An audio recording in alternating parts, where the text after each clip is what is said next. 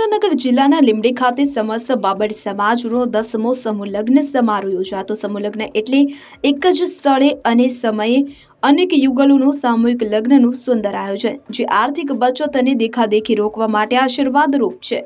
જો એમ કહીએ તો જરા પણ અતિશયોક્તિ નથી.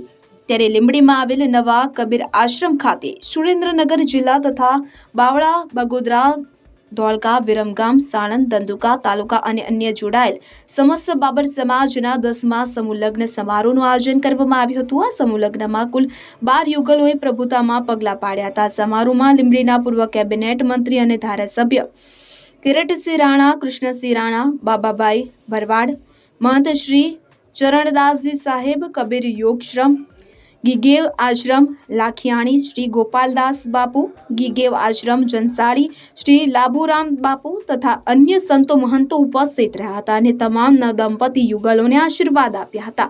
આ સમૂહ લગ્નના ભૂદેવ આચાર્ય શ્રી ધર્મેન્દ્ર કુમાર યાજ્ઞિક રહ્યા હતા. બ્યુરો રિપોર્ટ, ખબર ગુજરાત લાઈવ.